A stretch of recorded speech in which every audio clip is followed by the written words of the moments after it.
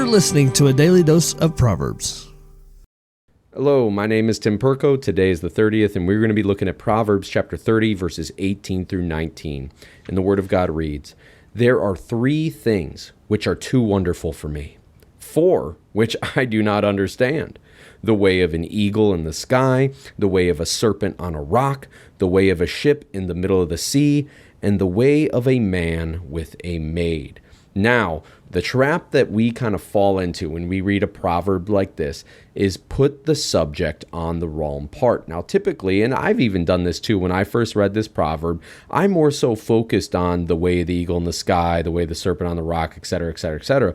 What we should really get out of this is the fact that the writer of this proverb is saying that, hey, there are things that I don't understand. There are things that I do not get. And he goes through to go ahead and list some of those. This is something that we can learn from because we, at times, also need to admit that we don't fully understand everything. We don't have it all figured out.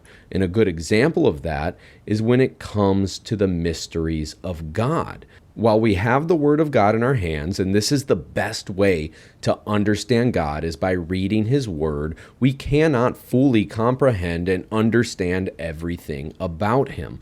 So this is just one way of saying, hey, Christian, humble yourself a little bit. We need to be humble, and we need to be able to admit that there are things that we just fully cannot comprehend or understand, such as the writer of this proverb is making here.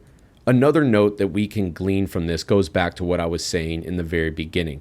Sometimes when we read through the Bible, we may start putting emphasis on things that really don't need that much emphasis. Like I said, the example here is, okay, what does he mean? What does he mean by the way of a serpent on the rock? A ship in the middle. So what's he trying to say? Is this an analogy for something? You try to start connecting dots that aren't really there. But instead, go ahead, be like a bird, fly up to that 30,000 foot view and see what the full picture is. In other words, a good saying with that is, try to see the forest for the trees, because what the writer is really getting at is there are things that we just may not understand, and specifically for the Christian, especially when it comes to the things of God.